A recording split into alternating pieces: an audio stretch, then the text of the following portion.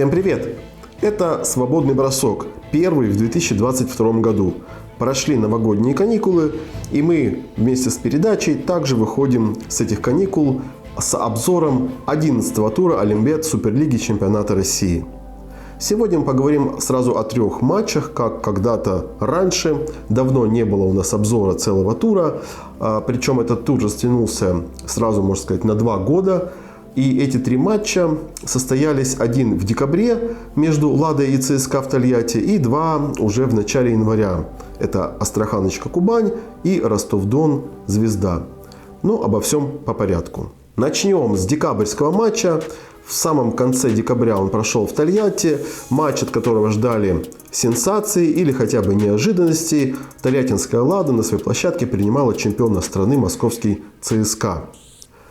И с самого начала тольяттинскому коллективу удалось захватить инициативу в матче. «Лада» повела в счете, причем в самом начале вела даже 3-0. И вот эта вот разница в 2-3 мяча держалась на протяжении всего первого тайма. Очень хорошо играла «Лада», с хорошим желанием, благоволила ей удача в каких-то моментах. Наверное, «Лада» могла уйти на перерыв, владея преимуществом в несколько мячей. Однако преимущество это она не получила и не удержала. Всему виной игра ЦСКА. Под самый занавес первого тайма армейский коллектив смог подтянуться в счете и свести первый тайм в ничью 13-13. Казалось, что «Лада» сможет в таком же режиме играть и второй тайм, но перерыв пошел на пользу именно московской команде. С самого начала второго тайма ЦСКА вышел вперед и в ближайшие 15 минут уже начал уходить в счете, хотя «Лада» еще держала счет то ровным, то выходила чуть-чуть вперед. Но ЦСКА уже изменил все свои обороты, переключил скорости и потихонечку, но уверенно стал овладевать преимуществом. На 47-й минуте при счете 20-19 в пользу ЦСКА 2 сейва подряд совершила Полина Каплина, прекрасно проведшая игру в воротах московской команды. И тут же ЦСКА ушел на 2 мяча вперед, 21-19. И вот с этого момента, за 13 минут до конца встречи, ЦСКА прочно завладел преимуществом и уже не отдал его, а довел матч до уверенной победы. В принципе, резервы у московской команды в этой игре были мощнее, чем у «Лады». Да, и в целом вот эта командная игра, весь механизм московского коллектива, он показался более слаженным, чем команда Алексея Алексеева. В итоге победа 30-26, ЦСКА одерживает эту победу в Тольятти, набирает 2 очка и подпирает Ростов-Дон в верхней части турнирной таблицы. По игрокам можно отметить у «Лады» прежде всего Ольгу Фомину, забившую 8 мячей из 10 попыток. Хорошо сыграл этот крайний игрок, уверенно, надежно, подтвердя свой класс уже в очередной раз. У Вероники Никитиной 6 мячей, у Валерии Кирдяшевой всего 3 забитых мяча в 9 попытках. Мы видим уже в очередной раз, что Валерия страдает пока еще нестабильной игрой, пока ей надо преодолевать себя. Есть матчи, в которых блестяще выглядит она, но в игре с ЦСКА ее вот этой вот удачи, задора, точности, наверное, тольяттинкам не хватило. Вратари «Лады» в этой игре показали тоже не очень высокий, скажем так, процент надежности, всего 21%. У Валентины Войтулевич 7 сейвов, но это, конечно, не в пример меньше, чем у Полины Каплиной, которая в воротах ЦСКА блестяще провела матч. 42% у Полины отраженных бросков, 16 из 38 бросков она отразила. Ну а среди полевых игроков, безусловно, лучшей в составе ЦСКА и уже в который раз была Анна Гросс. Мощная словенская полусредняя забросила 13 голов, причем это из 15 бросков с колоссальной результативностью, и сделала еще 5 голевых передач. В общем, победа имени Гросс у ЦСКА в Тольятти, и Анна Гросс явно претендент на звание лучшего игрока этого тура. Ну, а мы отправляемся в Астрахань уже в самом начале января. Астраханочка принимала Кубань, и этот матч виделся одним из ключевых в борьбе вот за то самое 4-е место по итогам предварительного этапа чемпионата России. Напомню, что первые 4 команды будут пропускать стадию 1/8 финала и вступят в борьбу за медали уже только с четвертьфиналов. Поэтому если сейчас, можно сказать, первые 3 места забронированы за Ростов-Доном, ЦСКА и Ладой, то за 4-ю позицию пока еще идет борьба между Звездой, Астраханочкой и Кубанью. И вот матчи, прежде всего, между этими 3 командами играют ключевую роль в распределении вот этих вот мест с 3 по 6. В общем, приехала Кубань в Астрахань. Именно там она одержала свою единственную пока победу в этом чемпионате страны. И игра виделась перед стартовым свистком равной. И возможности победы виделись тоже у обеих команд. Астраханочка, правда, лучше начала эту игру, стартовала, начала вести в счете. Кубань отыгралась, вышла вперед. Затем снова Астраханочка была впереди. В общем, равные команды играли, и если бы не феноменальная игра Евелины Аношкиной в воротах в первом тайме и, скажем так, беззубая реализация 7-метровых бросков со стороны желто-зеленых, то, наверное, многое могло быть по-другому. 3 пенальти подряд Кубань не забила, причем бросали совершенно разные игроки: и Диана Голуб, и Яна Савинова, и Виктория Желенскайте. И каждый раз Евелина Аношкина выходила победительницей в этих дуэлях. В итоге вот эти -3, 12-9, с таким счетом Астраханочка ушла на перерыв, ведя в счете, а Кубань должна была делать выводы, как вообще из этой ситуации выходить. Потому что, если посмотреть на статистику, на броски по воротам, то ничем Кубань не уступала Астраханочке. И во втором тайме она пыталась все время догонять, пыталась, но так это и не получилось. Победа Астраханочки 31-29, хотя концовка могла сложиться и по-другому. Кубань подбиралась на расстоянии в мяч, но не смогла дожать Астраханочку. Астраханочка удержала свое преимущество, одержала победу.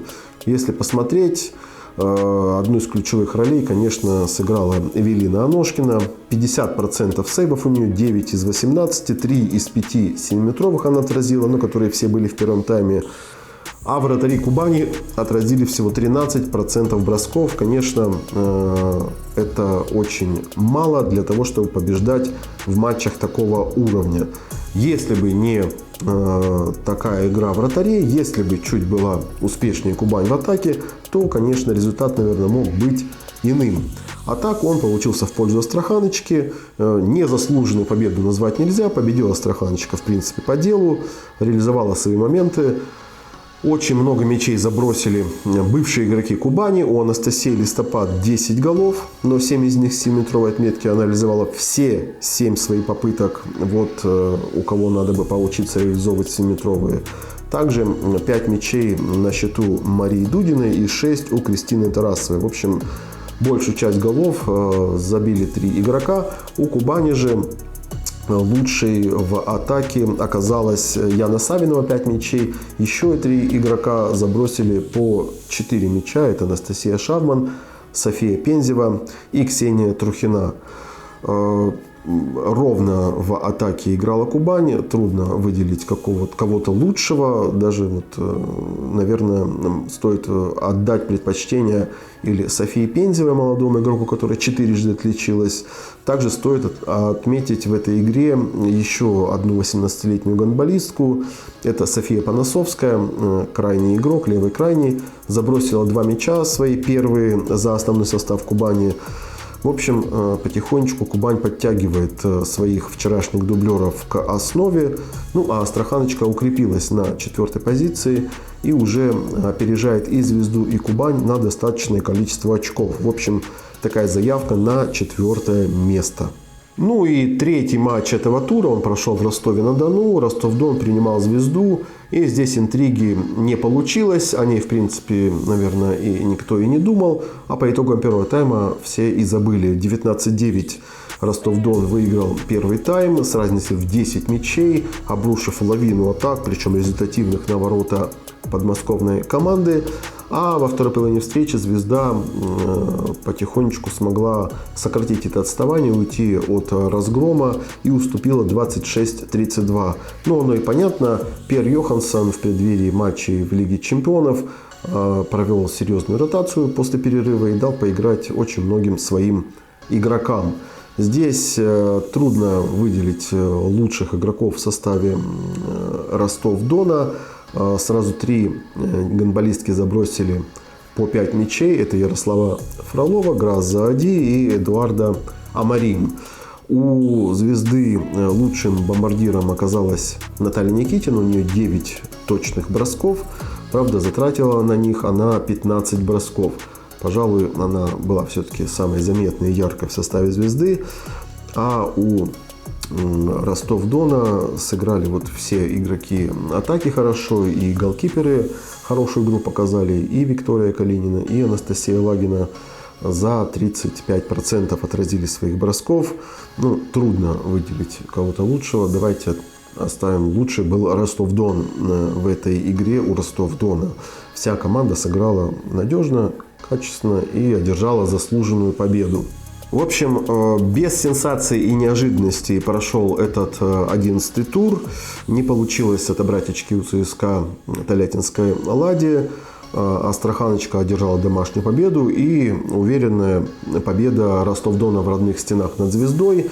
Кто же лучший игрок в этом туре? Ну, наверное, все-таки вы согласитесь, что самой яркой гандболисткой, наиболее проявившей себя в этом матче и чей вклад в победу или в успех, или в результат команды был наиболее весомым, это все-таки игрок ЦСКА Анна Гросс. Уже не первый раз она, можно сказать, приносит победу своей команде. Напомню, 13 голов, 5 голевых передач. Гросс катком прошлась по «Ладе», фактически в одиночку выиграв важную гостевую игру у серьезного соперника. Поэтому Анна Гросс – лучший игрок 11-го тура. Теперь вот о чем. Нашу передачу смотрит большое количество зрителей, но больше половины смотрят ее без подписки. Для того, чтобы не пропускать наши видео, я предлагаю каждому из вас подписаться на наш YouTube-канал, и тогда вы будете в курсе всех событий и конкурсов. Кстати, о конкурсах. В нашем последнем выпуске, посвященном итогам 2021 года, мы объявили интересный конкурс с очень классным призом. Призом является набор сувенирных карт, эксклюзивный набор, таких очень мало в стране, в котором изображены в виде карт разных мастей король Треф и его 15 игроков из золотой олимпийской сборной. Для того, чтобы выиграть этот приз, надо быть не просто подписчиком нашего канала, но его спонсоров в любой из 5 месяцев с января по май. Разыграем мы этот набор карт 1 июня среди тех подписчиков, кто был спонсором нашего канала хотя бы 1 месяц. Более подробно о правилах этого конкурса вы можете увидеть в нашем новогоднем выпуске. По результатам 11-го тура группы А турнирная таблица выглядит следующим образом. Никто не шагнул ни вперед, ни назад, все остались на своих местах. Но стоит отметить вот эти плюс 2 очка у Астраханочки, теперь у них 8. И отрыв от «Звезды» и Кубани увеличился. Уже совсем скоро пройдет новый тур в чемпионате страны, и мы о нем обязательно расскажем в нашей следующей передаче. Если вам понравилось это видео, поставьте лайк, ждем в комментариях ваши отзывы, вашу обратную связь. Ну а мы скоро увидимся. До встречи!